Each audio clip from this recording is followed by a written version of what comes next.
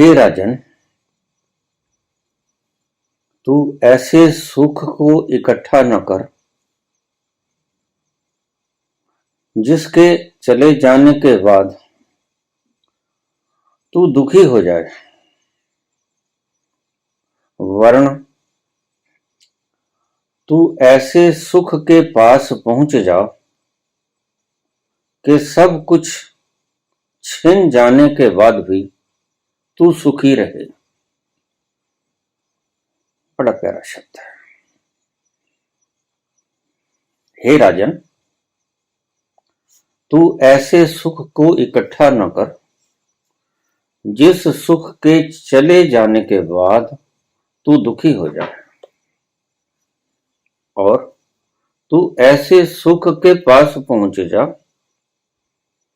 कि तेरे सारे सुख समाप्त भी हो जाएं, लेकिन तू दुखी न हो।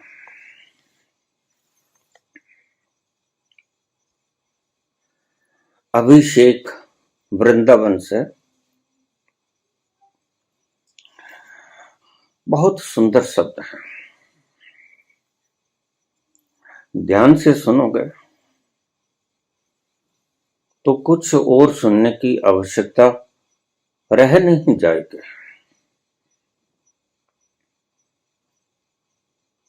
तुम्हारे सारे सुख किसी कारण पर आश्रित हैं। जितने भी सुख हैं तुम्हारे पास किसी न किसी कारण पर आश्रित हैं, और अगर उन कारणों को छीन लिया जाए तो तुम दुखी हो जाओगे। तुम बैंक मैनेजर लगे हो, अगले ही पल तुम्हें ऑर्डर आ जाए कि तुम्हें टर्मिनेट किया जाता है। तुम बहुत सुखी थे, लेकिन तुम्हारा सारा सुख काफूर हो गया। तुम बड़े धनी हो, अचानक से तुम्हें घाटा पड़ गया। सारा धन हानि में चला गया। तुम सुखी थे, तत्क्षण सुख काफूर हो गया। अच्छी भली दुकान चला रहे थे, बढ़िया कारोबार था, और अचानक रात को सोने के आगे दुकान में आग लग गई। सब स्वाहा हो गया। बड़े सुखी थे, सुख काफूर हो गया। सुख को दुख में बदलते समय कितना लगता है।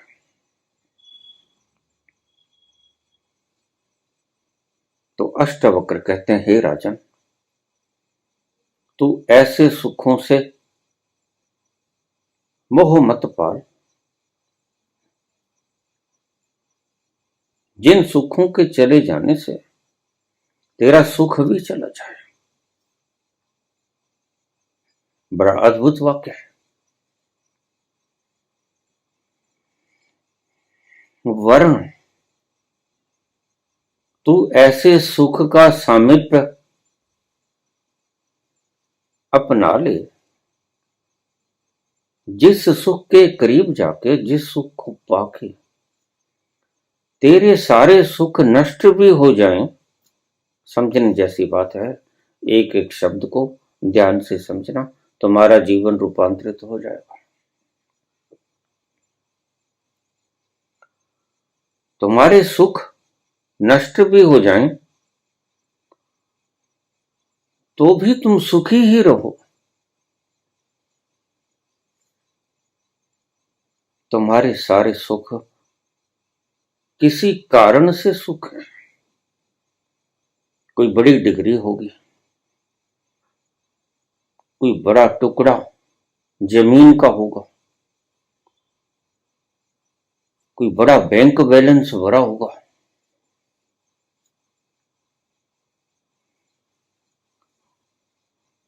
बड़ी कारें, बंगले, दास दासियां, सब कुछ होगा और तुम बड़े मजे में हो, तुम सुखी हो और तुम समझते हो कि मैं सुखी हूं। लेकिन अष्टावक्र कहते हैं कि तुम भ्रांति में हो।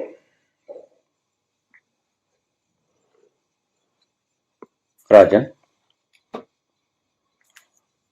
जो सुख कारण सहित है,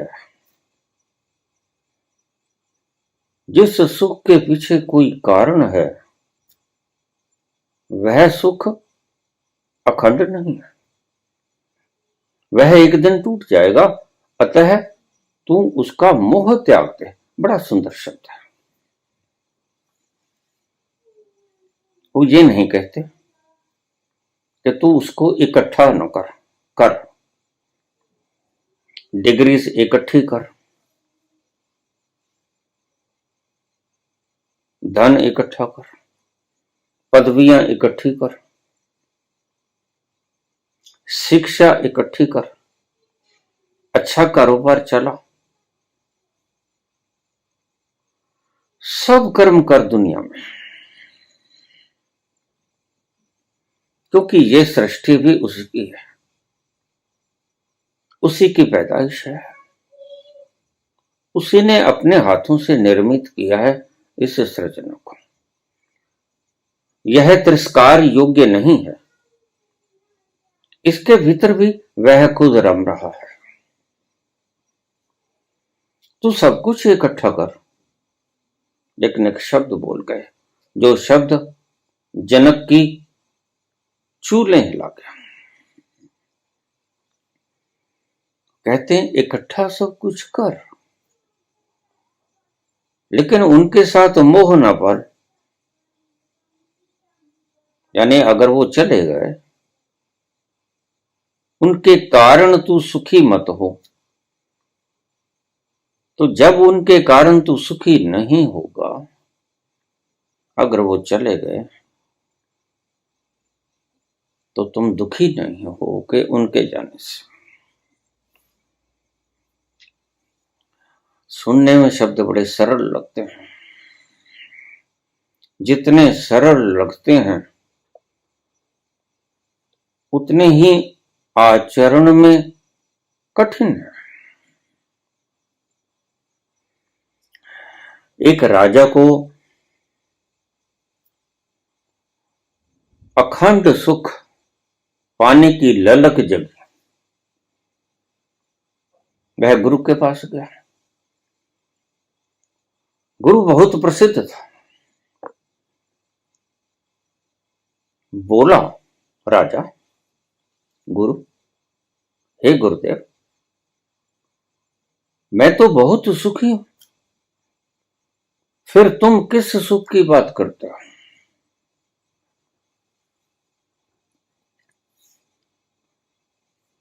गुरु बोले, मैं ऐसे सुख की बात करता हूं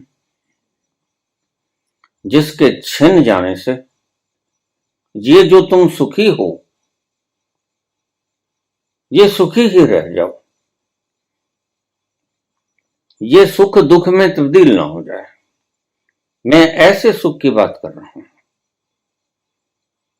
तो राजन बोला कि गुरुदेव, मैं सुखी हूं, लेकिन मुझे नहीं लगता अगर मेरे सुख में कुछ कमी बेशी हो गई तो मैं दुखी हो जाऊंगा। उसने कहा, ठीक, फिर तू ऐसा कर, ये सारा जिसके कारण तू सुखी है, ये प्रजा में बांट दे।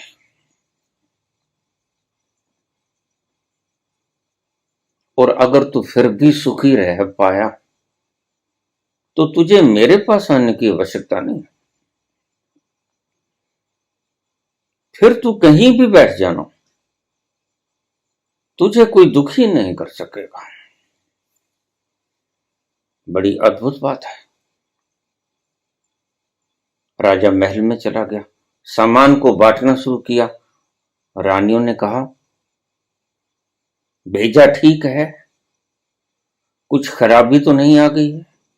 बामुश्किल कैसा इकट्ठा किया है, लोगों से कर के रूप में क्यों बांटे चले जा रहे हो?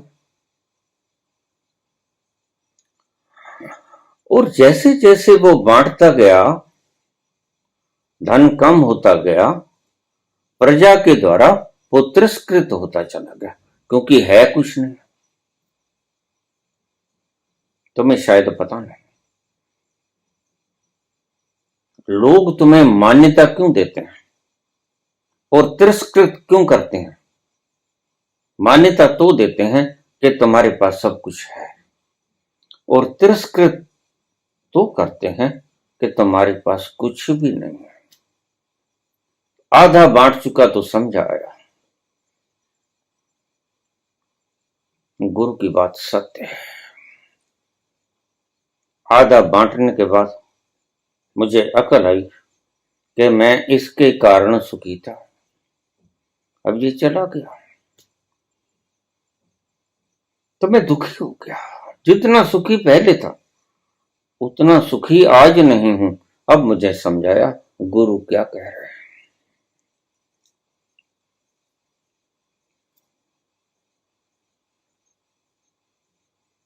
महाकश्यप कहने लगे भगवान बुद्ध से, तथागत, उस क्षेत्र में भिक्षा मांगने के लिए आज से मैं जाया करूंगा।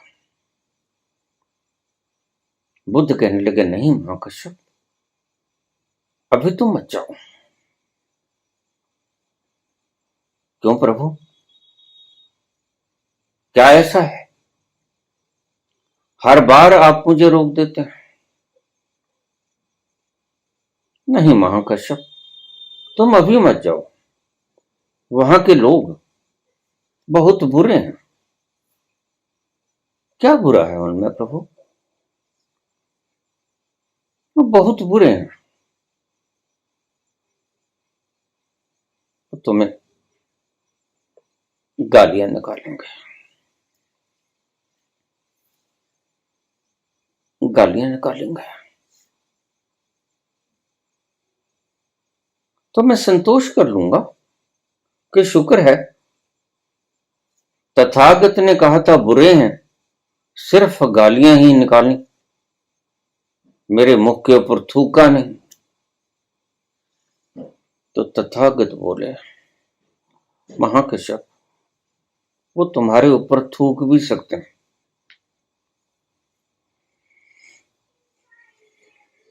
इसलिए मैं कहता हूं तुम मत जाओ। महाकश्यप बोला कि मैं फिर भी संतुष्ट रहूंगा कि थूका ही है, पत्थर तो नहीं मारा। तथागत बोले,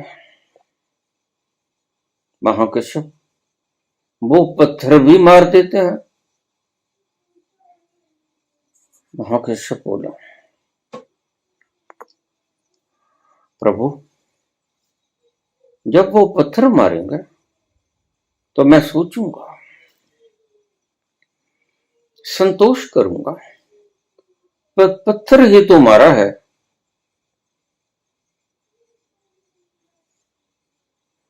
कोई नुकीली चीज तो नहीं मार दी, लहू लुहान तो नहीं हुआ। तो तथागत बोले, महाकश्यप, वो तुम्हें नुकीली चीज भी मार सकता है, लहू लुहान भी कर सकता है। बुरे लोग हैं, भले लोग नहीं है। तुम अच्छी दिशा में जाते हो भिक्षा मांगने, तुम वहीं जाते रहो। महाकश्यप बोला, कोई बात नहीं, मैं संतोष कर लूंगा, नुकीली चीज ही तो मारते हैं, मार ही तो नहीं देते। तो तथागत बोले, महाकश्यप, वो बहुत बुरे लोग हैं, तुम्हें मार भी सकते हैं, इसलिए मैं तुम्हें कहता हूं तुम उधर मत जाओ। तो महाकश्यप जोर से खलखलाए। बुद्ध के चरण पकड़ लिए। तथागत, अगर वो ऐसा करेंगे तो मैं बहुत प्रसन्न होऊंगा। क्यों महाकश्यप? मैं इसीलिए प्रसन्न होऊंगा कि मेरी आखिरी बाधा भी इन्होंने समाप्त कर दी। ये पिंजरा जो मुझे बांधे रख रहा था और पंछी उड़ नहीं पा रहा था, ये भी इन्होंने तोड़ दिया। मैं उनको धन्यवाद दूंगा, हृदय से उनका आभार प्रकट करूंगा। बोल तो ना पाऊंगा, लेकिन प्रसन्न होऊंगा। बुद्ध ने कहा, महाकश्यप, तुम योग्य हुए। तुम आज से तुम ही जाओगे। तुम योग्य हुए।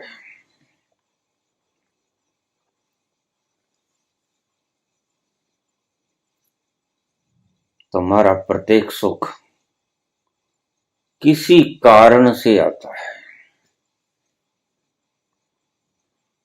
और जब वो कारण छिन जाता है तुम धाएं मार मार कर रोता है, छाती पीट पीट कर रोता है, अश्रु बहाते हो। ये क्या हो गया?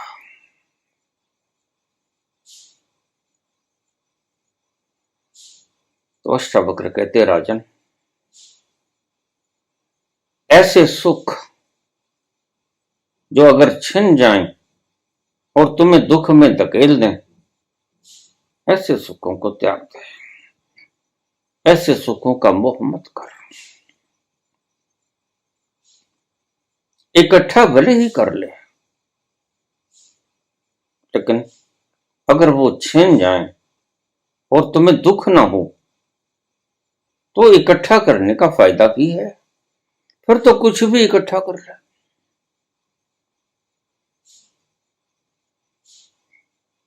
अगर तुमने मोह पाल लिया,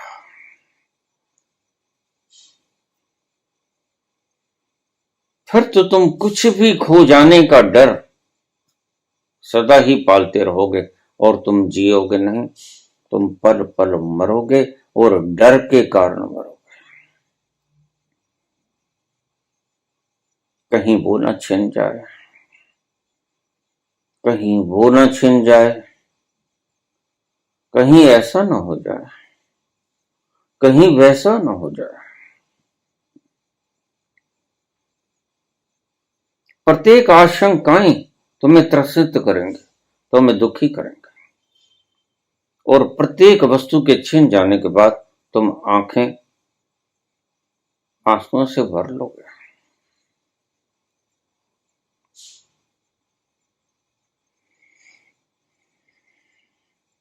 अष्टावक्र कहते हैं, राजन, ऐसे सुखों को मत पाल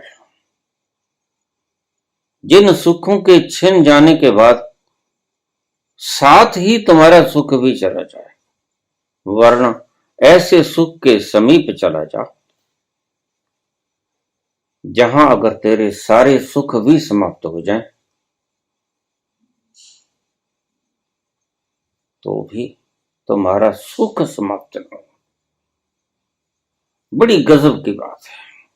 तुम्हारे सारे सुख भी समाप्त हो जाएं तो भी तुम सुखी रहो। डायोजनीस इसी तरह के व्यक्ति थे। अल्फ नंग दड़ंग, कुछ भी नहीं था। टीन की चादर, रात की ठंडी सर्द हवाएं, और ऊपर ओढ़ने को कंबल भी नहीं।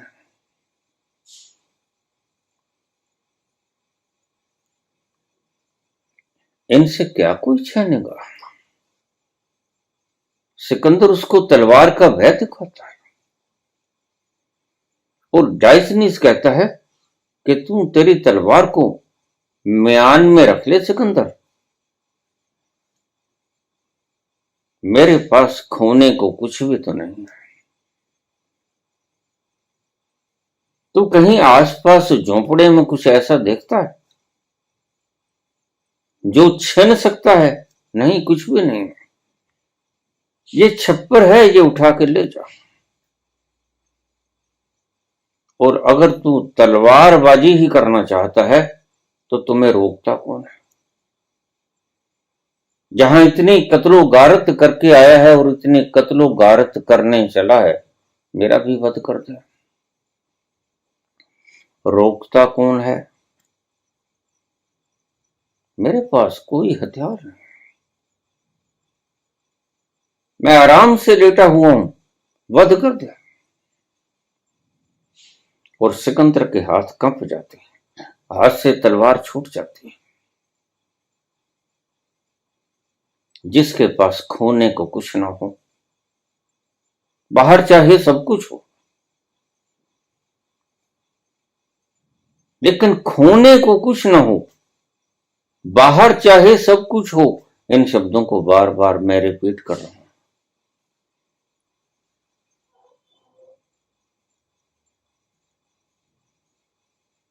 खोने को कुछ ना हो सब कुछ। अगर वो सब कुछ खो जाए तो तुम्हें दुख ना हो। तुम अपनी उसी मस्ती और खुशबू के भीतर आनंद के भाव से खुमारी के अंदर लिप्त जश्न मनाते रहो।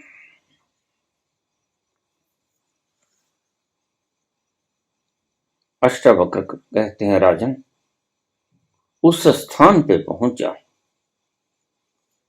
जहां मिल तो सब कुछ जाता है और खोने को कुछ शेष नहीं रह जाता। बड़ा प्यारा इशारा है।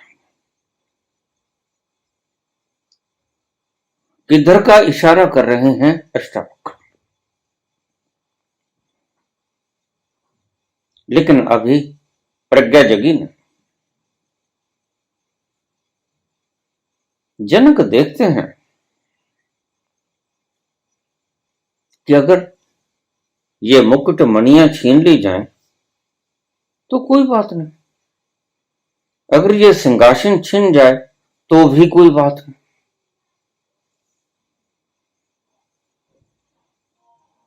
एक गुरु ने अपने शिष्य को भेजा, हाथ जोड़ लिए, बच्चा, मुझे जितना पता था तुम्हें बतला दिया, इससे आगे तो मैं खुद भी नहीं जानता। अगर तुम्हें पता चल जाए तो मुझे आकर जरूर बता देना।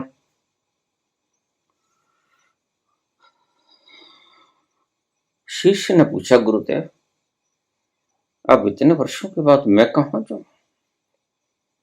कोई ठौर ठिकाना मुझे नजर नहीं आता। तुम्हारी ही समझ में अगर कोई गुरु है तो कृपा करके बतला दो, वहीं चला जाऊंगा।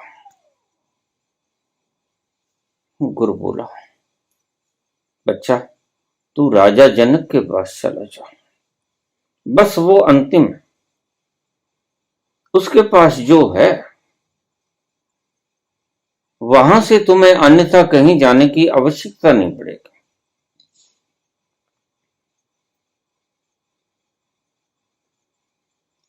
सांझ का वेला, पैदल चलते चलते सांझ ढल चुकी थी, थोड़ी थोड़ी कालीमा छा गई थी। जनक के दरबार के बाहर वह कौपीनधारी शिष्य आकर खड़ा हुआ। महफिल सजी हुई थी, रंगारंग कार्यक्रम हो रहे थे, वैश्याएं नाच रही थीं, शराब के प्याले ढल रहे थे।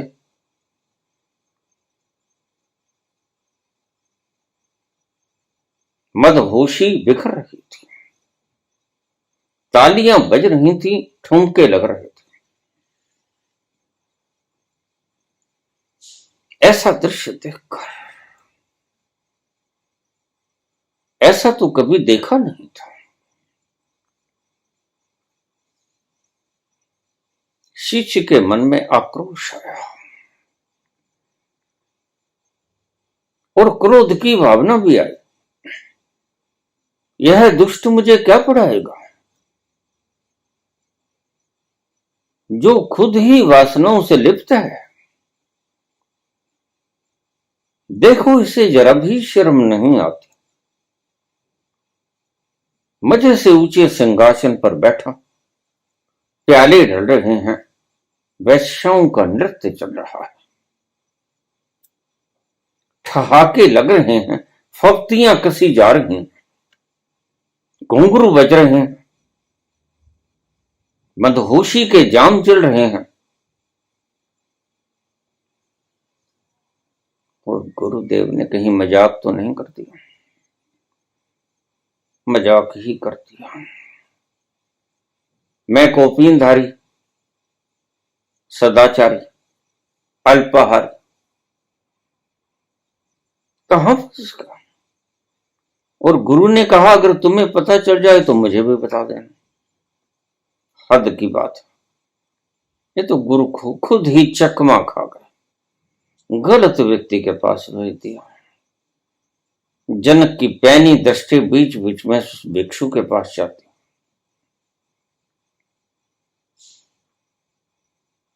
थोड़ी देर सोचने के बाद भिक्षु को मुड़ा,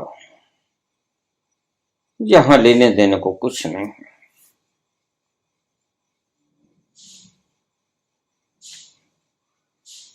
सपूत के लक्षण पालने में ही पता चल जाता है।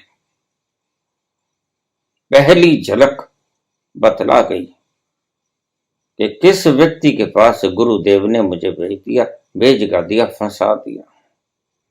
यही कुछ तो मुझे सिखाएगा। वापस मुड़ने लगा, लेकिन जनक की पैनी दृष्टि से बच न सका। झट ही एक प्रहरी आकर उसकी बाह पकड़ ली। भिक्षु, ठहरो, पास के कमरे में आराम करो। राजा ने कहा है, रात हो गई है, सुबह चले जाना।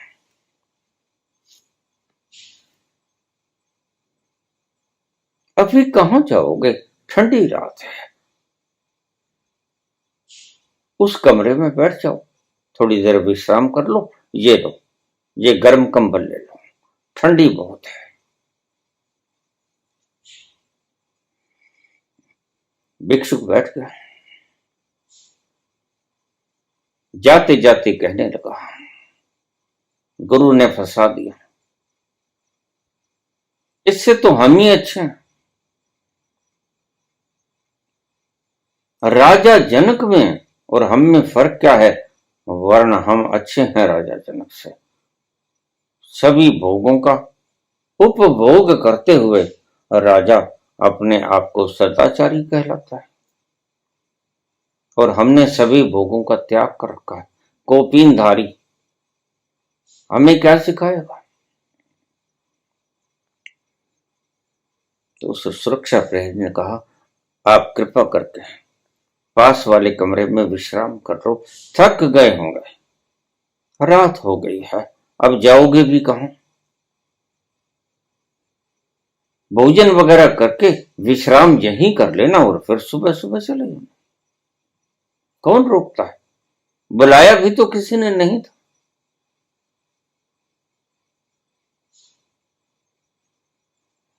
भिक्षुक ने सोचा, रात गहरी हो गई थी, अमावस्या की काली रात, ठंडी रात। रुकना पड़ा, रुक गया, महफिल समाप्त हो गई। और महफिल के समाप्त होते ही राजा जनक भिक्षुक के कमरे में पहुंचा। बेमन से आदाब के लिए खड़ा हुआ भिक्षुक, प्रणाम किया। राजा बोला, भिक्षुक, तुम्हारा स्वागत है। राजा जनक के दरबार में तुम्हारा स्वागत है। तुम आज की रात हमारे मेहमान, तुम रुको,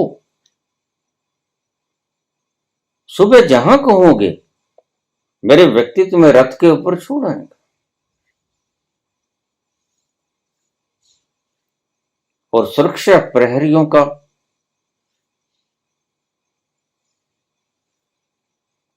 पहरा लगा दिया गया कि इसकी खाने पीने सोने की व्यवस्था में कोई कमी ना रह जाए, हर प्रकार से इस भिक्षु की सेवा की जाए।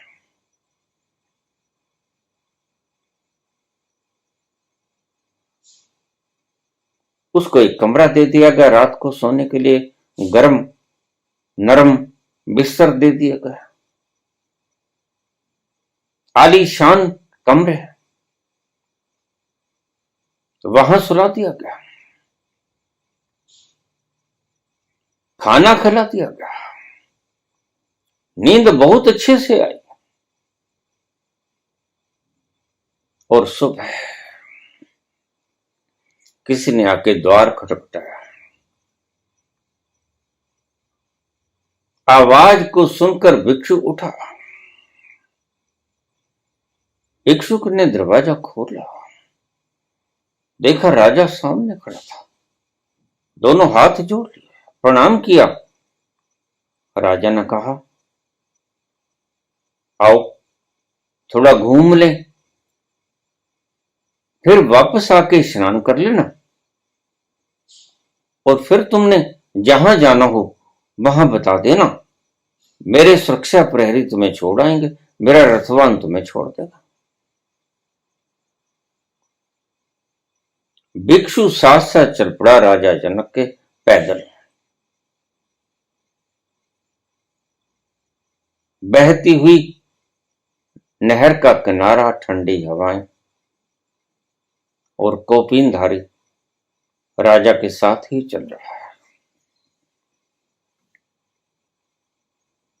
चलते चलते चलते इतनी दूर निकल गया कि कोई सुध बुध न रही।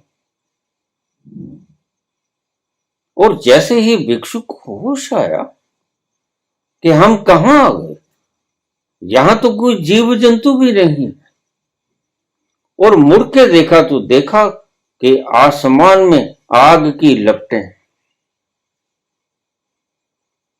बहुत ऊंची ऊंची आग की लपटें उठ रही। यहां तो कोई महल भी नहीं है, इसका मतलब राजा के महलों को आग लग गई है,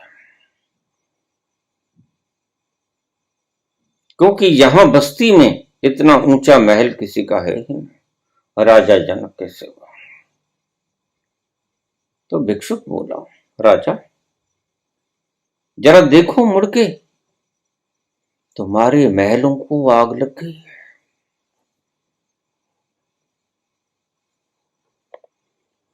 राजा जनक ने पलट के नहीं देखा, चलता चला गया और भिक्षुक को कहा, तू चल मेरे साथ। भिक्षुक ने फिर कहा, राजन तुम्हें सुना नहीं या सुनाई कम पड़ता है? तुम्हारे महलों को आग लग गई है, सब कुछ भस्म हो गया होगा अब तक, जल्दी कर,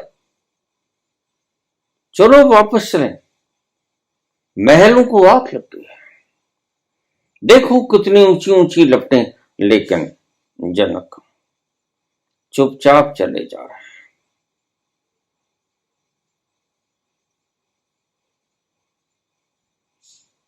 भिक्षुक की बातों का उनके ऊपर कोई असर नहीं पड़ता।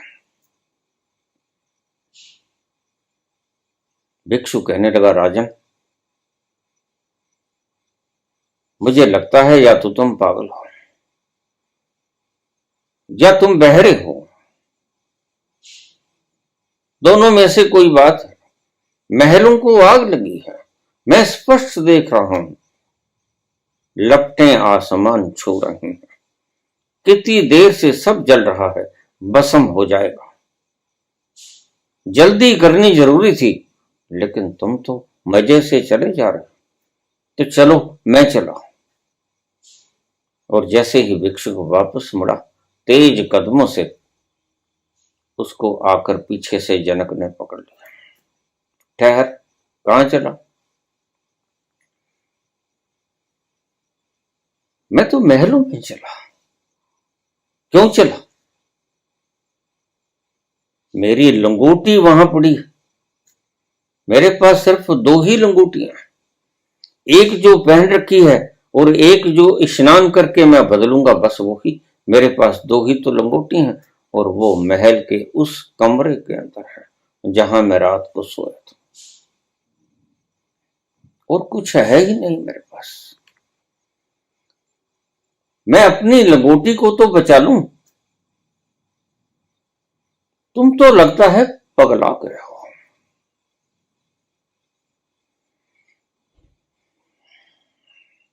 तो राजा जनक ने कहा, भिक्षु, कल तूने सुरक्षा प्रहरी से कहा था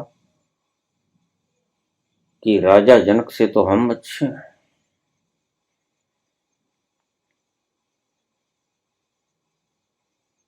तेरी लंगोटी जल रही है और तू उसके लिए भाग रहा है,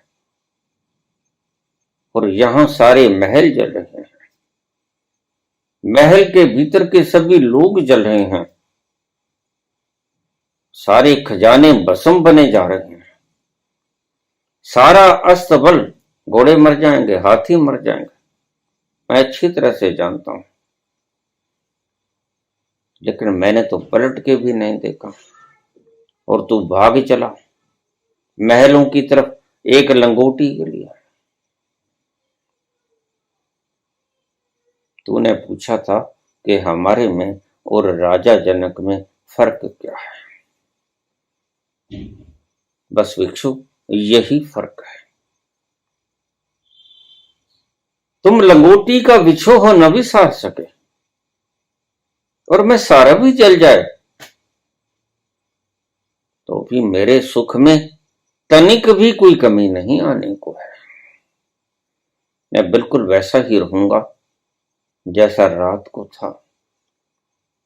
उस महफिल के भीतर बैठा था, जाम ढल रहे थे, वैश्याएं नाच रही थी, घुंघरू चमक रहे थे, छन छन हो रही थी, फफ्तियां कसी जा रही थी, मदहोशी का आलम था। और तूने सोचा कि ये मुझे क्या सिखाएगा।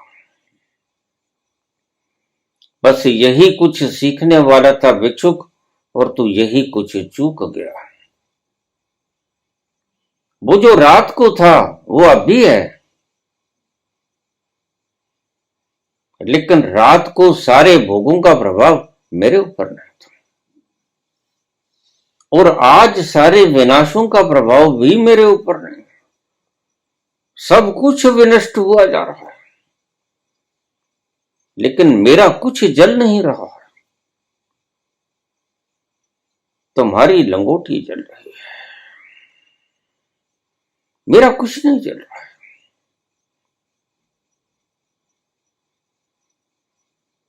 बस यही बात अष्टावक्र कहते हैं। हे राजन, बाहर कितना भी इकट्ठा कर ले, कोई उपद्रव नहीं,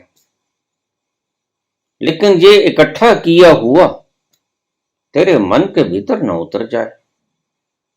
बस इस बात का ध्यान रखना।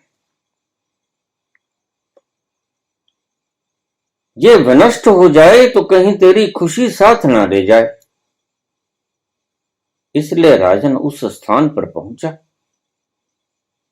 जिस स्थान पर तेरा सब विनष्ट हो जाए तो भी तेरी खुशी विनष्ट न हो।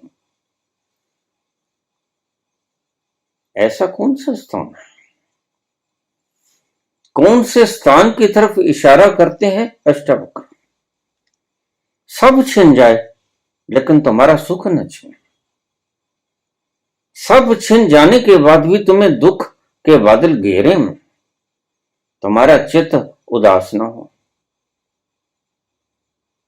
तुम्हारा आभा मंडल काला न पड़े, तुम्हें तनिक भी दुख और अफसोस न हो, तुम वैसे ही बने रहो जो सदा से हो।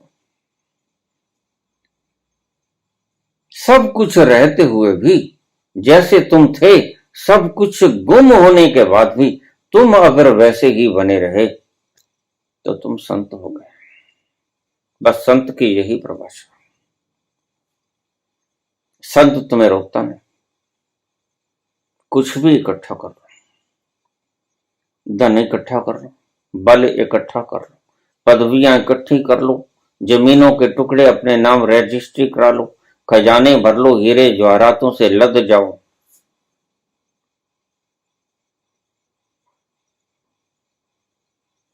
सभी ऐशो आराम की सामग्रियों को जुटा लो,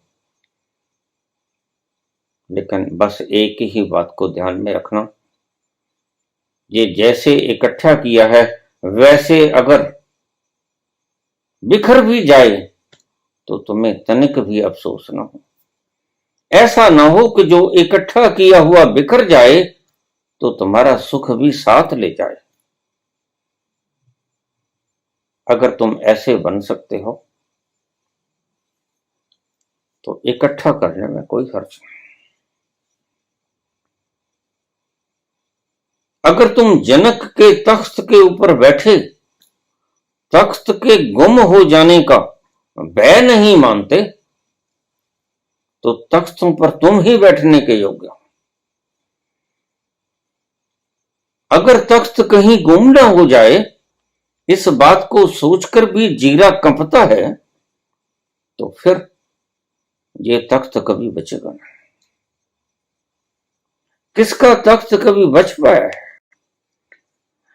जनक के पास सब कुछ है, सब कुछ है। जिसे तुम सब कुछ कहते हो वो जनक के पास है। और ये भी ध्यान रखना कि वह सब कुछ विलीन भी हो जाए, भस्म भी हो जाए तो भी सब कुछ रहेगा, तनिक भी उसमें कम नहीं होगा। ऐसा सुख अकारण सुख होता है। तुम्हारे सभी सुख किसी कारणों से, कोई अच्छी नौकरी लगी होगी, कोई अच्छा पैसा टका बैंक बैलेंस होगा, कोई अच्छा मान इज्जत होगा,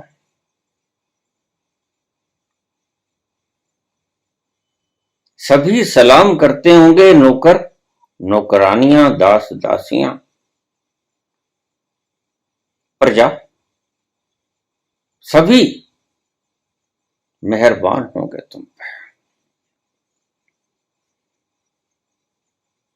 लेकिन वो तुम्हारी संपत्ति नहीं है। अगर तुम्हारे भीतर ये भाव बना रहे तो जैसे तुम्हारे पास आया तो तुम खुश नहीं होगे, और अगर वो चला गया तो तुम दुखी नहीं होगे।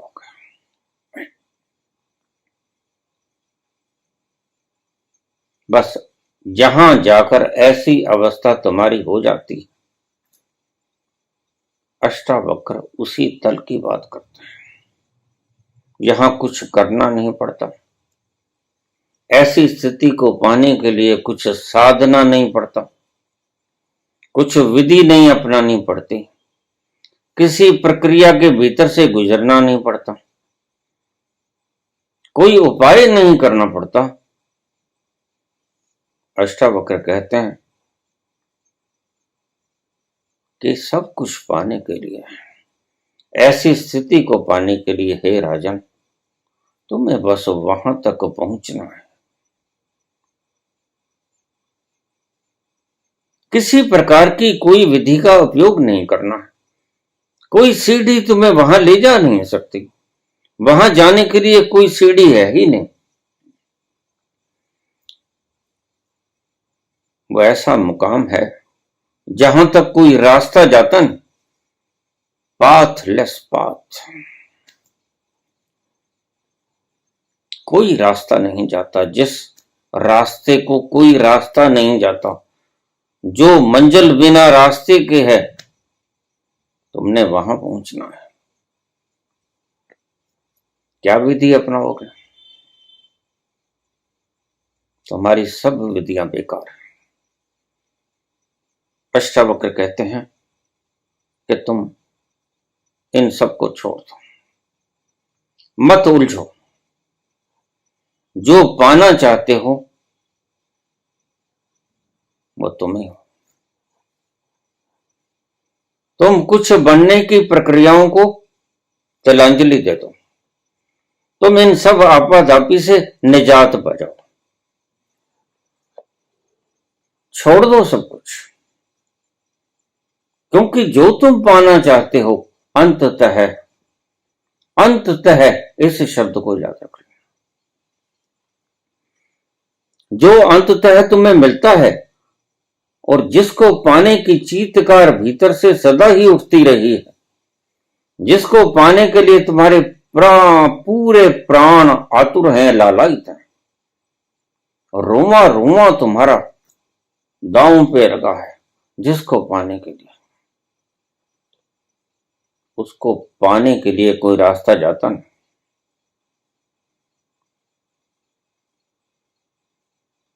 यही अष्टावक्र तुम्हें समझा रहे हैं। कितनी ही दूर की बात लगे तुम्हें, निश्चित ही लगती होगी, क्योंकि तुम इतने दूर निकल आए हो जिसका कोई हिसाब नहीं। खामोशी से, परम खामोशी से तुम परम कोलाहल के भीतर आ गए, जहां शोर शराबा है, जहां रोना धोना है, जहां दुख ही दुख है। ये जो कुंभी पाक नरकों का निर्माण किया गया था, ये कहीं भौगोलिक स्थान नहीं, ये तुम्हारी मनो अवस्थाएं। कुछ सोचा था, कुछ चाहा था, मिला नहीं। कुछ मिला था, खो गया, और तुम त्रस्त हो। और जो जिंदगी में सबसे ज्यादा चाहा था वह खो गया। तुम्हारी आंखें अश्रुओं से रहित कभी होती हैं? तुम्हारा हृदय हर वक्त तप्त रहता है, क्योंकि जो मांगा था वो मिला नहीं, और जो मिला था वो खो गया। ऐसी अवस्था में कोई क्या करे? तो अष्टावक्र कहते हैं कि ऐसी अवस्था में तुम उस स्थान पे पहुंच जाओ जो वास्तव में तुम हो। अभी तो तुम जो रो रहे हो, धो रहे हो, वर्लाप कर रहे हो, तुम्हारा कुछ खो गया है, तुम कुछ पाना चाहते हो, स्वप्न ले रहे हो। ये सपना आ रहा है तुम्हें, तुम्हारा कुछ खो गया है, और वो खो गया है जो तुम्हें सबसे ज्यादा प्रिय था, और तुम वो पाना चाहते हो जिसके न होने से तुम्हारे हृदय के अंदर ऐसा कांटा चुभेगा जिसे कोई निकाल नहीं पाएगा। तुम हर पल दुखी हो उसकी चाहत में, वो सुख तुम्हें मिलता नहीं।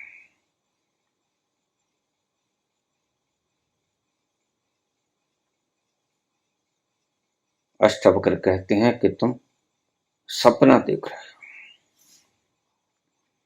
स्वप्न की अवस्था में सारा दृश्य तुम्हारे मनस पटल पे चल रहा है। तुम भिखारियों की तरह हाथों में भिक्षा पत्र लिए दर दर पे मांग रहे हो, जबकि तुम सम्राट हो।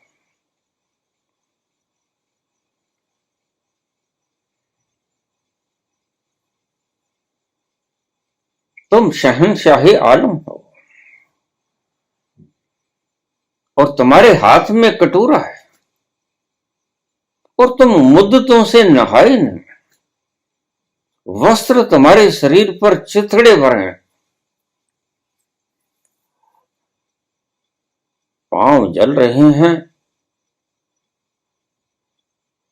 सूरज अपनी पूरी तपश से चल रहा है, छाले पड़ गए, तुम बड़े दुखी हो, भूखे हो, प्यासे हो, कोई तुम्हें पूछता नहीं। जहां जाते हो वहां से दुत्कार पड़ती।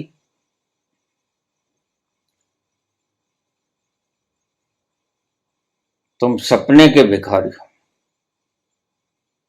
अष्टावक्र कहते हैं कि तुम वास्तव के भिखारी नहीं, तुम्हें सपना आ रहा है, तुम भिखारी हो गए हो।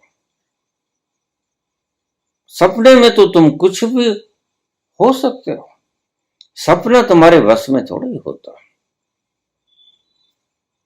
तुम सपने के भिखारी हो गए हो, और अष्टावक्र कहते हैं तुम भिखारी हो नहीं, वास्तव में, वास्तव में तो तुम शहंशाह हो, वास्तव में तो सम्राटों के सम्राट हो, चक्रवर्ती सम्राट हो।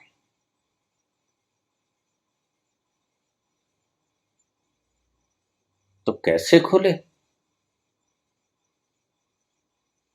इस सपने से बाहर कोई कैसे आए?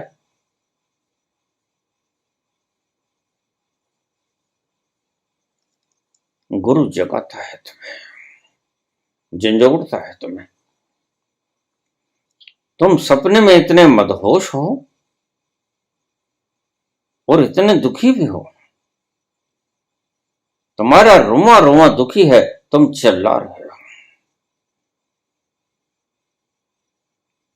उस भयानक अवस्था में, इन भयावह परिस्थितियों में जो तुम्हारे मनस पटल पे चल रही हैं, गुरु तुम्हें झंझोड़ता है। जाग जाओ। तुम चीख रहे हो, तुम चिल्ला रहे हो, कोई है तो मुझे बचा है। और गुरु तुम्हें झंझोड़ देता है, उठो, क्या बात है। और तुम एक झटके से उठते हो, ओह, ये तो एक सपना था।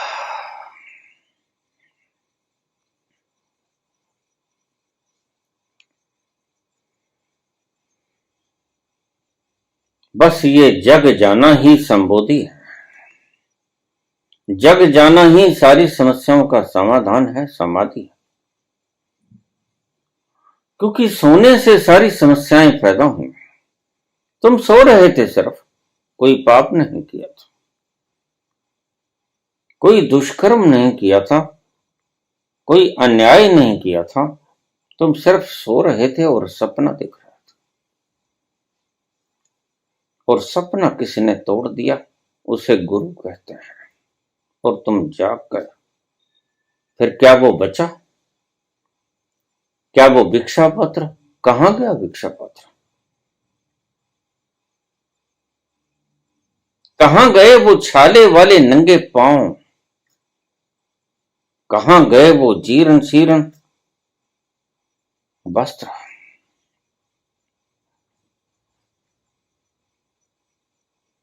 बस अष्टावक्र कहते हैं कि तुम सपना देख रहे हो। अभी तुम जहां भी हो वहां सपना देख रहे हो, और जहां तुम हो वो तुम अपनी बुद्धि में आसीन हो। और जब तक तुम अपनी बुद्धि में आसीन रहोगे, तुम सपना ही देखते रहोगे। कुछ नहीं करना है,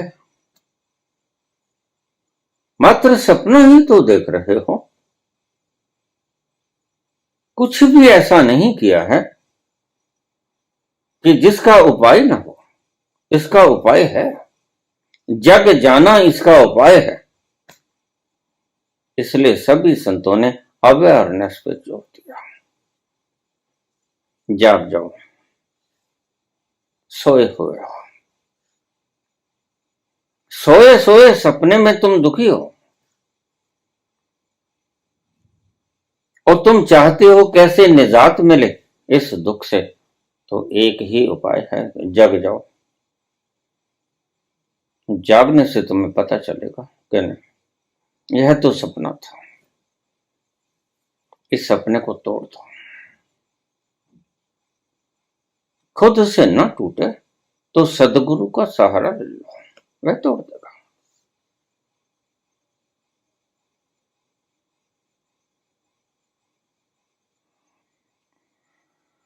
ये पुकार बंद करो जो तुम हाय हाय की पुकार कर रहे हो।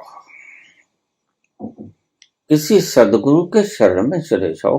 भगवान कृष्ण यही बात कहते हैं, सर्वधर्मान् प्रत्यज्य मामेकं शरणं व्रज। मेरी शरण में आ जा अर्जुन, सब कुछ छोड़ दे। सभी चीजों का विचार करना छोड़कर बुद्धि के तल से नीचे उतरा है, हृदय के तल पर समर्पण हो जाएगा। सर्वधर्मान् प्रत्यज्य, धर्म कहां है? खोपड़ी में धर्म। ये बुद्धि ही तुम्हें धर्मों में विभक्त कर देती है। और कृष्ण कहते हैं कि धर्मों का परित्याग करते हैं। जो भेद उत्पन्न करे वह बुद्धि, और इस भेद करने वाली बुद्धि को त्याग दे।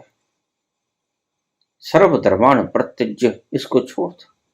माम एकम शरणम व्रज, थोड़ा नीचे उतर, थोड़ा हृदय में प्रवेश कर, वहां से खुशबू ले ले आनंद की, भावनाओं की।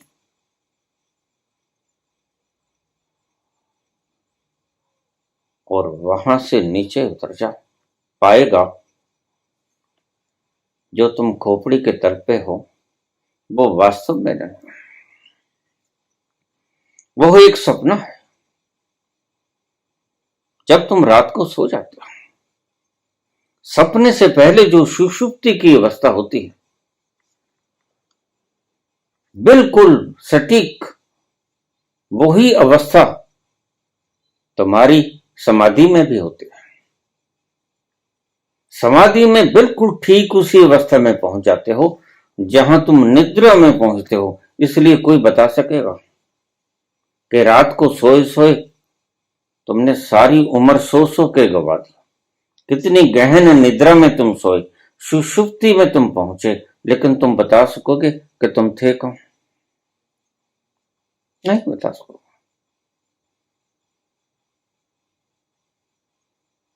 बस उस तल पर चले जाना है जहां रोज रात को प्रकृति तुम्हें ले जाती है। थोड़ा सा फर्क, प्रकृति खुद लेके जाती है और तुम बेहोशी में जाते हो। बाहोशी में उस स्थान पे पहुंचो, जागे जागे उस स्थान पे पहुंच जाओ जहां कोई दुख नहीं, जहां कोई समस्या नहीं, निदान ही निदान है, समस्याओं के हल ही हल हैं। सारी समस्याएं जहां भस्मीभूत हो जाती हैं और जो बचता है वो बचता है, जो सारे सुखों को खत्म होने के बाद भी समाप्त नहीं होता। तुम्हारे सुख सकारण है, और जब तुम्हें अकारण सुख आने लगे तो तुम समझ जाना कि तुम अपने स्वभाव में स्थित हुए। जो तुम सुख आज समझते हो,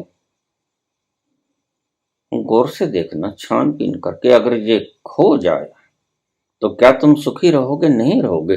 तुम सारे दिन कंपते रहते हो, कोई चोर ना ले जाए मेरी इतनी मुश्किलात से की हुई कमाई को, कोई डाकू ना ले जाए।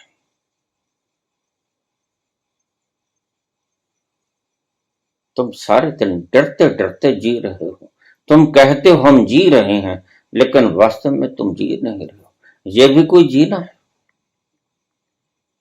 कंपते कंपते जीना जीना होता है? नहीं, कंपते कंपते जीना तो मरना होता है। जीना तो वही जीना है जो बिना भय के जिया जाता है। भय विहीन अवस्था में जो जिया गया पल वही जीवन है। और तुम जिस तल पर निकल जाओगे वहां कोई भय नहीं। इसलिए मूल मंत्र के अंदर परमात्मा का एक गुण बोला क्या? निर्गुण। जहां जाकर व्यक्ति का भय समाप्त हो जाता है।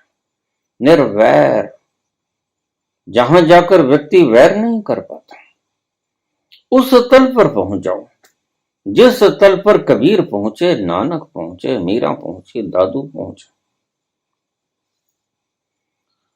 कृष्ण पहुंचे, राम पहुंचे।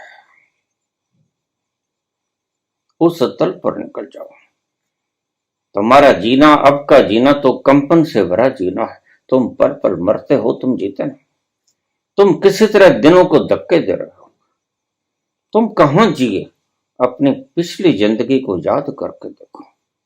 तुम पाओगे जी तो एक क्षण भी न पाया, बस सिर्फ मरा ही मरा हूं, और भय से युक्त होकर कंपन ग्रस्त होकर मरा हूं।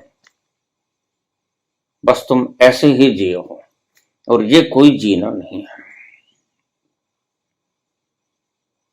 जीना उस दिन शुरू होगा जिस दिन तुम भय रहित अवस्था में उस एक ओंकार के पास जाके, जहां नाद बज रहे हैं, ओंकार के,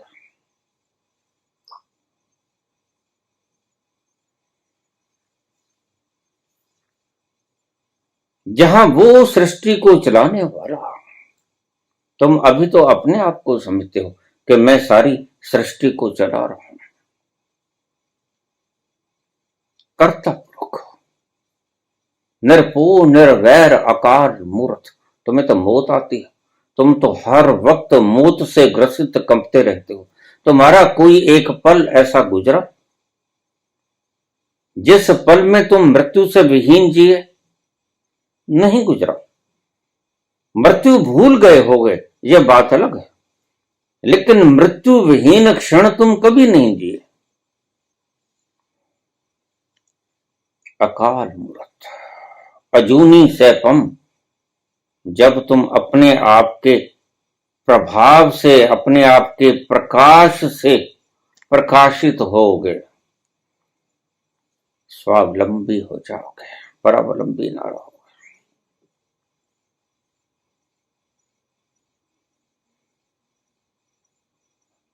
सैपम,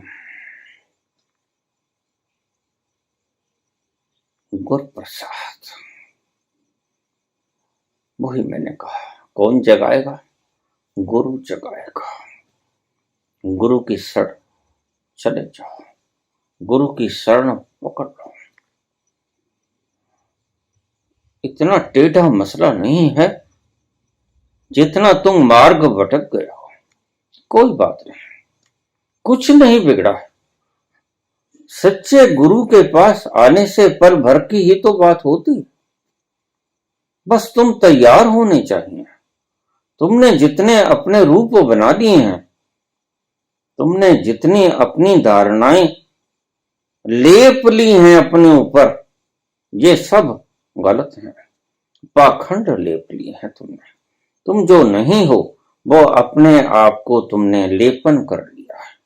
मैं ये हूं, मैं वो हूं, मैं वो हूं, मैं वो हूं।